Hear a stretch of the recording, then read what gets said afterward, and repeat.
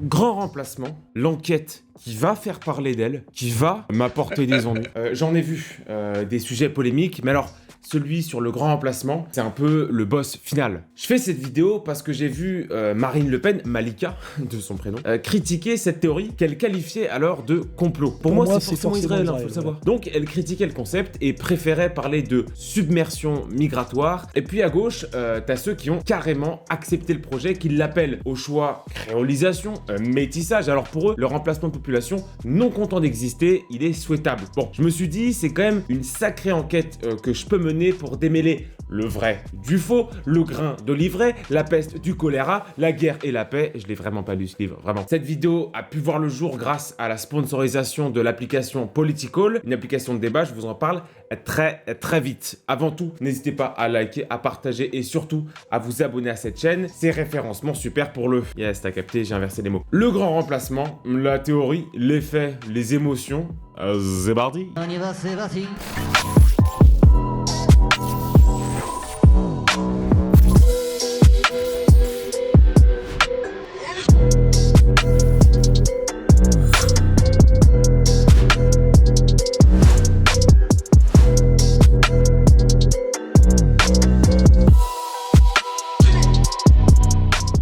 De définition des termes du sujet. Parce que oui, c'est quoi un remplacement de population? C'est la substitution d'un peuple qu'on appelle autochtone par une ou des vagues migratoires. C'est bon, on est d'accord? Ça va, on peut continuer? Et déjà, pour qu'on se mette d'accord, le premier à avoir utilisé le terme de remplacement de population, c'est évidemment Adolf Hitler. C'est faux. C'est l'ONU, dans un rapport des années 2000 sur, je cite, la solution au vieillissement des populations européennes, petite enquête. On entre dans le cœur du sujet, les chiffres. Je m'appuie ici sur plein de chiffres, je vous mets tout ça en description, je suis pas quelqu'un de malhonnête. Ce sont des chiffres de France Stratégie, organisme de prospective rattaché au Premier ministre, qui ont sorti une étude sur la ségrégation résidentielle en France. On le sait, les statistiques ethniques sont interdites dans notre pays, contrairement aux States ou en Grande-Bretagne. Mais ce qui est autorisé en revanche, c'est d'avoir des données sur la répartition des immigrés en France. Immigrés, je rappelle pour ceux qui n'ont pas suivi,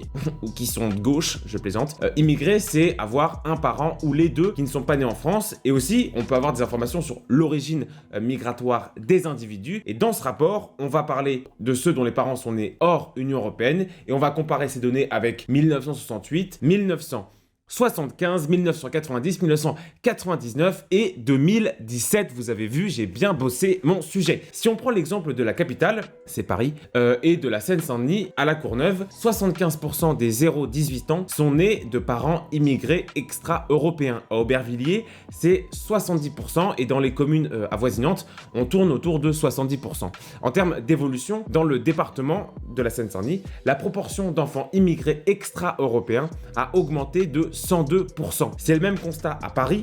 Si on prend l'exemple du 19e arrondissement, 50% des 0 à 18 ans ont un ou deux parents extra-européens. Et en moyenne, il y a une explosion de la part de la natalité extra-européenne sur les 3 dernières décennies. Plus 25 points en moyenne dans toute l'agglomération. On va me dire, oui, mais Paris, c'est normal, c'est une concentration. Mais non, à Rennes, la part d'enfants dont les parents sont extra-européens représente 22,8% des enfants. Le pourcentage d'enfants extra-européens parmi les jeunes a été multiplié par 3 en 30 ans, en passant de 7,7% dans les années 90 à 22,8%. C'est pareil pour d'autres villes. Dans l'article, ils prennent l'exemple de Limoges, avec 27,5% des enfants aux parents immigrés, ce qui représente une augmentation, tenez-vous bien, on se tient à notre chaise, une augmentation de 170% par rapport à l'année 1990. Au niveau national, sur la période 1998-2018, le nombre de naissances dont au moins un parent est extra-européen a augmenté de 63,6%. Donc, le remplacement de population existe. Et quelque part, c'est normal. L'afflux d'immigrés dans les années 50, 60, 70, puis le regroupement familial a favorisé une masse de population que la France n'a pas pu digérer en si peu de temps. Ajoutez à ça une différente natalité entre les femmes françaises et immigrées, parce que oui, quand on parle de remplacement de population, il faut parler de natalité. Les femmes françaises font en moyenne 1,87 enfants par famille, quand les femmes africaines en font 4,5 en moyenne sur tout le continent, mais ça va très haut quand on parle du Niger, avec des disparités selon les pays. Et là, vous allez me dire, ouais mais Georges, elles font des enfants en Afrique, pas forcément en France. Alors non mon petit pote, t'as tendance à importer ton mode de vie dans le pays dans lequel tu vas, ce qui explique que selon le ministère de l'Intérieur, les femmes immigrées font en moyenne 2,73 enfants en France. Quand on parle d'importation du mode de vie en France, on est obligé de saluer les 15 femmes de Maître Gims.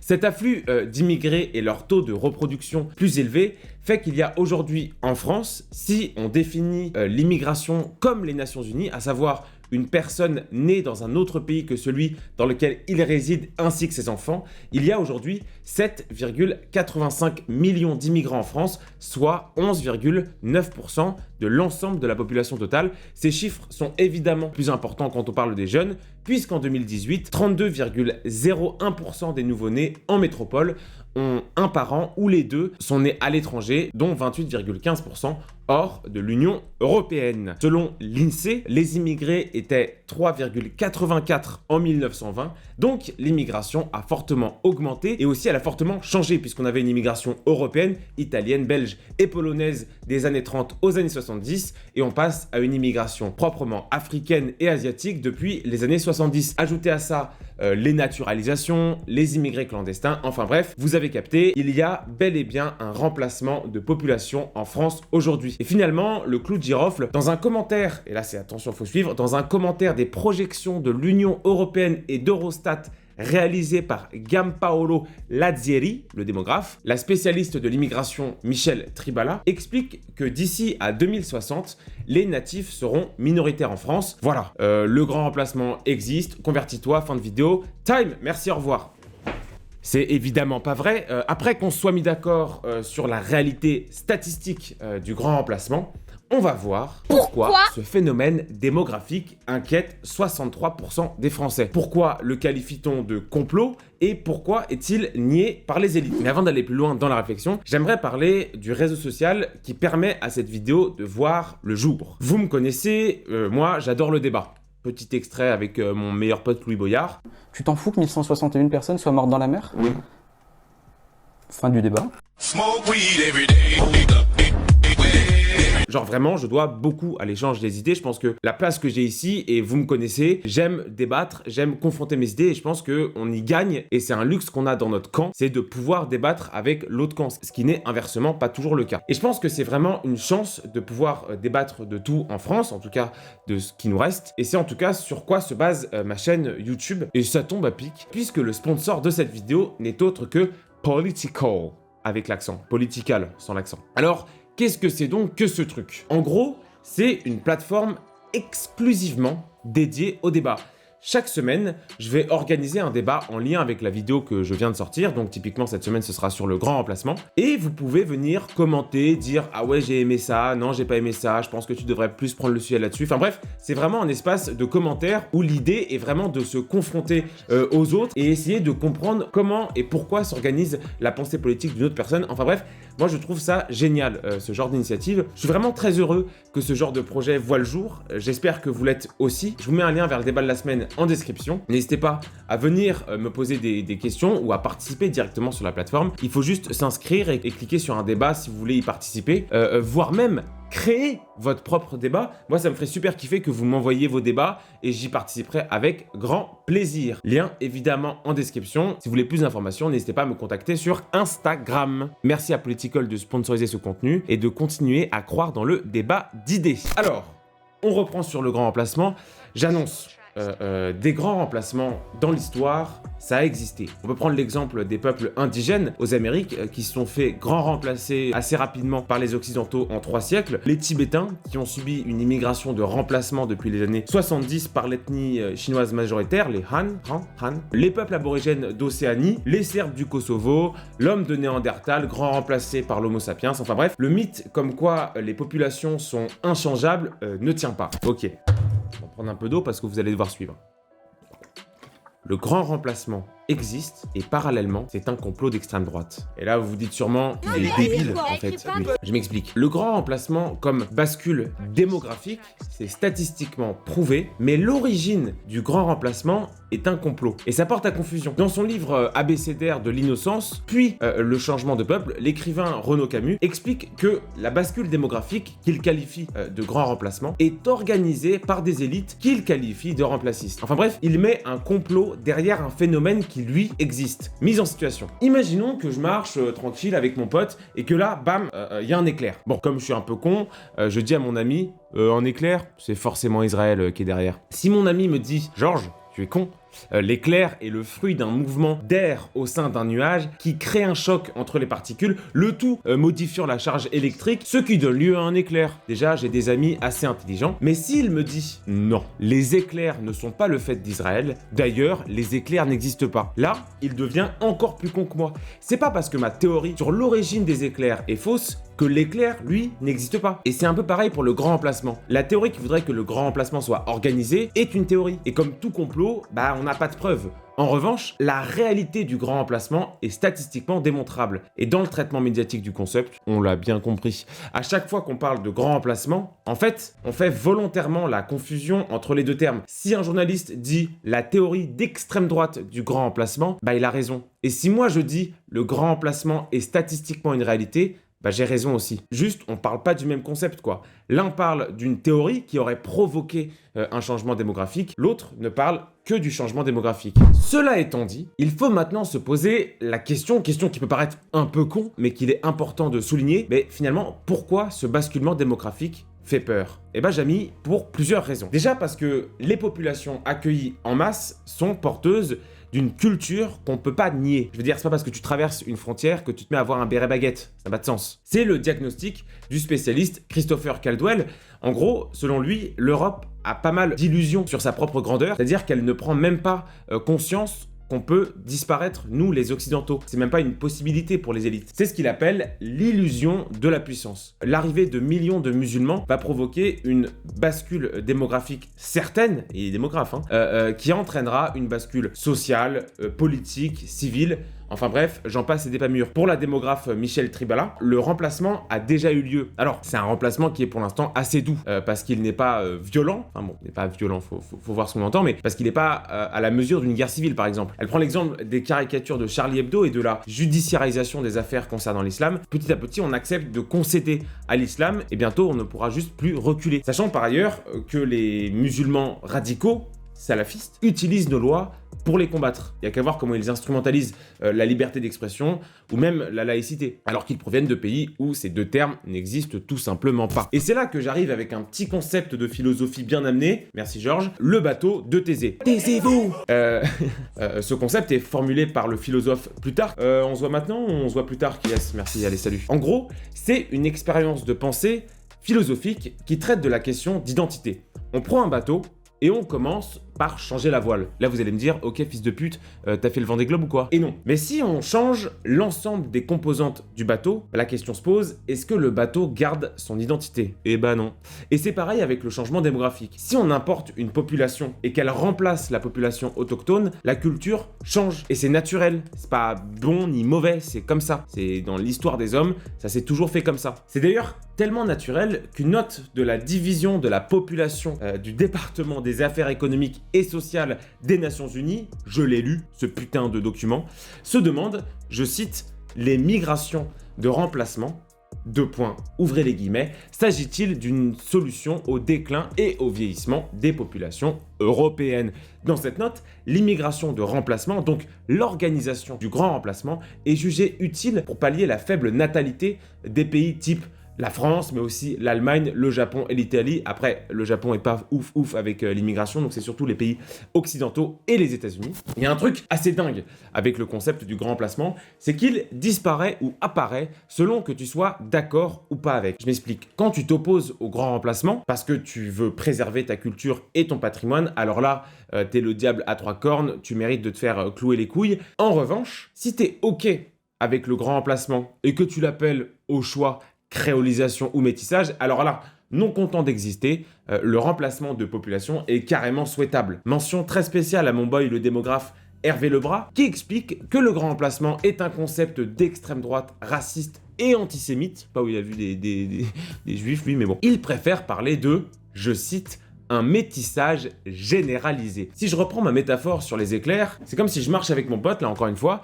et que rebelote un éclair. Là, je dis à mon copain, oh, les éclairs, j'aime pas ça, ça me fait peur. Et là, mon copain, qui bosse au hasard à la LFI, me dit, tu as peur? Arrête, les éclairs n'existent pas. Et 5 minutes après, il me dit, je trouve que cet éclair était magnifique. C'est un beau symbole, je l'appellerais bien Créolisa éclairation. Le concept n'existait pas quand j'y étais opposé, et il apparaît lorsqu'on est d'accord avec. Quand nous serons en 2050, 50% de la population française sera métissée. Alors il y a plein de mecs qui vont dire, oui, genre la créolisation, c'est pas ça, c'est le mélange des cultures. Sauf que, non. Comment tu peux mélanger deux cultures qui sont non contents d'être contradictoires, qui sont en concurrence? Comment concilier deux ordres juridiques, deux visions de la femme, deux visions de la liberté, de la spiritualité?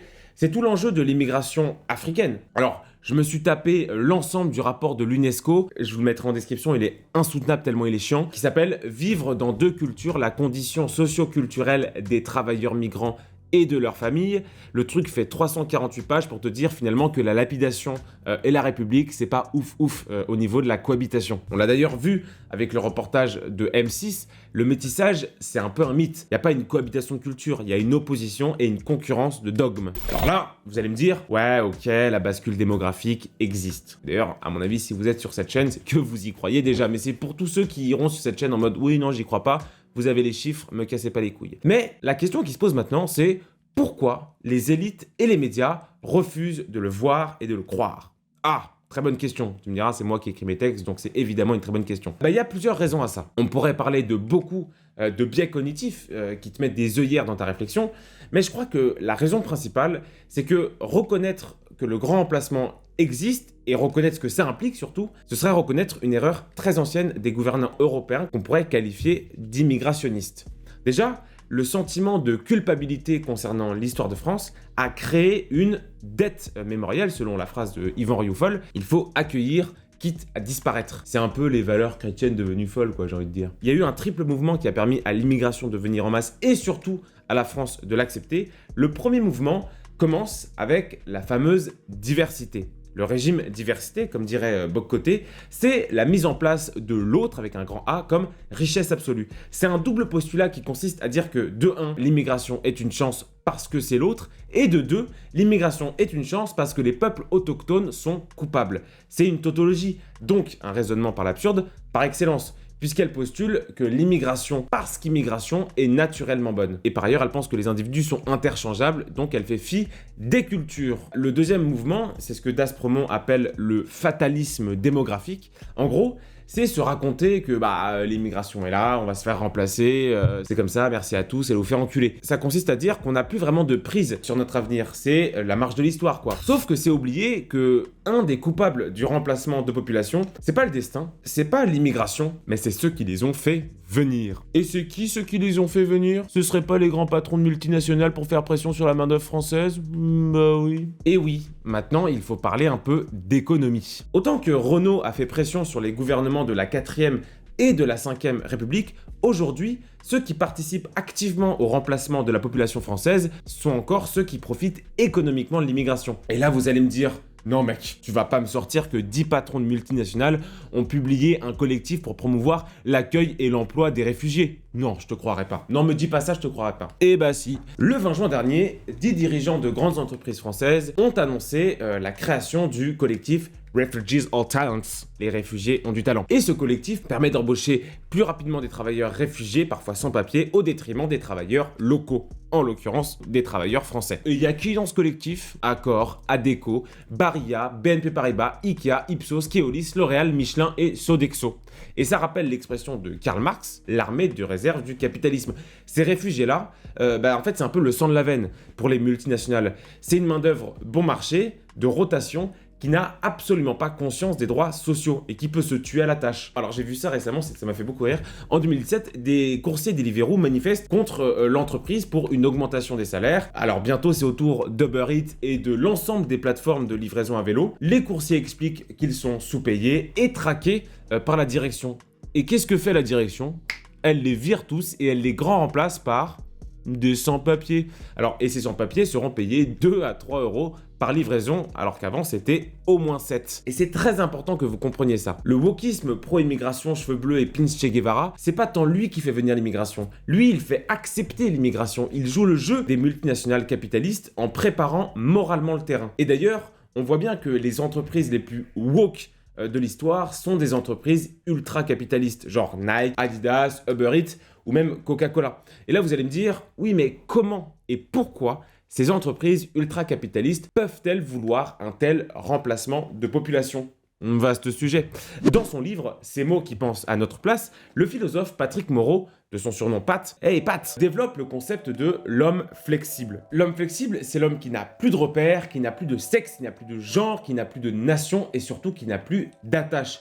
Et comment détruire les attaches d'un homme ? En le déconstruisant. Et comment le déconstruire ? Par le haut, en lui expliquant qu'il n'est ni homme ni femme, qu'il est fluide et sans repères, et par le bas, en le remplaçant et en bousculant ses repères culturels. Quand des masses d'immigrés viennent en France, nous on les voit comme porteurs d'une culture et d'un patrimoine, les gouvernants et les élites qui les font venir les voient comme des travailleurs mobiles qui viennent remplacer une population qui mérite de mourir. C'est le même constat pour les pays qui vont utiliser ces immigrés. Alors bien sûr, ils ne font pas venir des ingénieurs spécialistes dans la formation des trous noirs. Ces gouvernements qui assument clairement cette guerre des ventres, comme dirait le roi du Maroc, ont parfaitement compris comment faire pression sur un pays via la démographie. On l'a vu à Ceuta, où l'Espagne, en conflit avec le Maroc, a mangé une invasion d'ingénieurs aérospatial immédiat mal lorsqu'elle a commencé à casser les couilles au Maroc. Donc, les pays du Maghreb font pression avec une arme, la démographie. Et en France, on accueille cette arme avec une banderole « Refugees Welcome ». Alors, je crois pas que quand les États-Unis bombardaient le Vietnam avec l'agent orange, il y avait des petits Vietnamiens avec des pancartes « Agent orange Welcome ». Un peu improbable. Non, je compare pas les deux.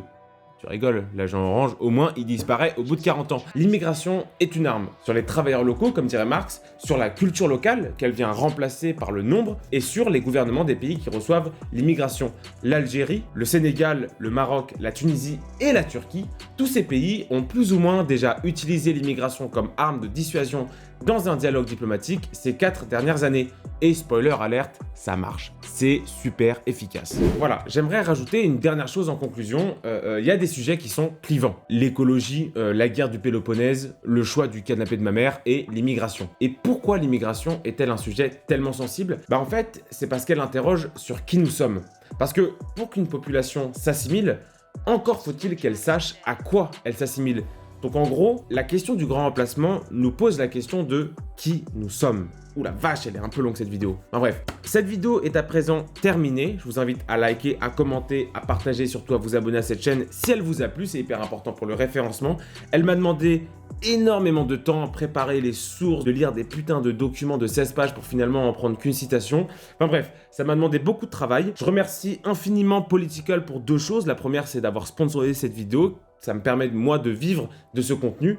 Et la deuxième chose, c'est d'avoir créé une application de débat. Et à mon avis, ce qui peut sauver la société française, c'est le débat. Donc, je vous invite à cliquer sur le lien en description et à venir participer au débat que j'ai créé sur le grand remplacement directement depuis la plateforme. Je vous mets tous les liens en description. Les articles sont aussi en description. Merci à tous de m'avoir suivi. J'espère que vous êtes encore beaucoup à être là. C'était la 2e enquête que j'ai menée. Ça m'a fait un plaisir. Et moi, je vous dis à mercredi pour la revue d'actualité time. Putain, elle était longue cette vidéo.